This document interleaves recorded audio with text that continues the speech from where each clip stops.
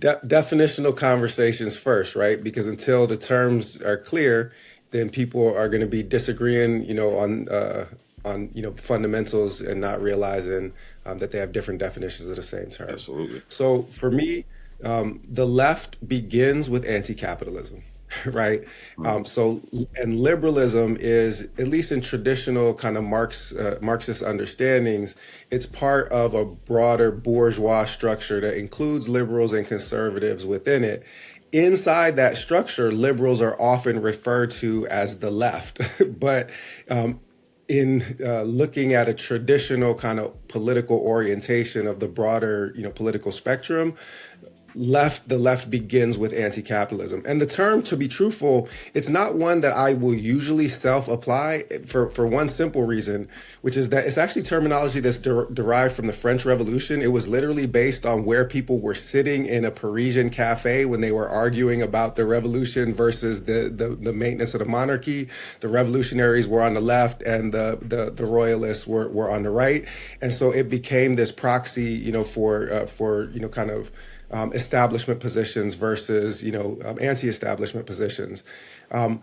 As somebody that's rooted in African epistemologies and histories, and somebody that always puts our people and our history first, mhm, I tend to not like self-define through any Western categories, mm, but objectively speaking, my political ideology would be definitely described as leftist because it's rooted in anti-capitalism, it's rooted in anti-imperialism, and it is rooted in the Black radical tradition, mm, which always drew a clear distinction between liberals and those of us that actually want to overturn the system as opposed to just creating more inclusion in it. mm, And the last thing I say, I guess, by way of introduction, is that all of the people that we claim as Black revolutionary heroes and figures were all people that understood that liberalism is essentially a morally bankrupt philosophy, and that the Democrat Party, as its institutional expression, are opponents of Black liberation. So Malcolm said of the Democrats, you put them first and they put you last, and that makes you a political chump.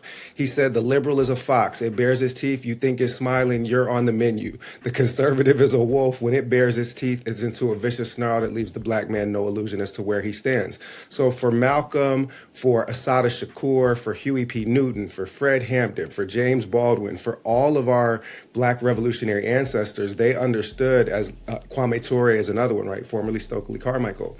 They understood liberalism as something that was definitionally opposed to Black liberation. mhm. Yeah, I appreciate those definitions because even, people who study this stuff, people who live this stuff and do the work on the ground can get caught up in the labels and the Yep. difference between the labels, what they mean, because they're also evolving, right? They're evolving with language, they're evolving with the times.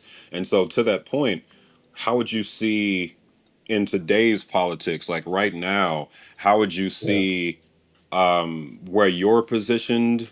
I think you gave a good intro to where you're positioned, but I want to get, I Yeah. guess, a more modern framework for where you stand today versus where you see the Democratic Party today. Beautiful question. So Malcolm,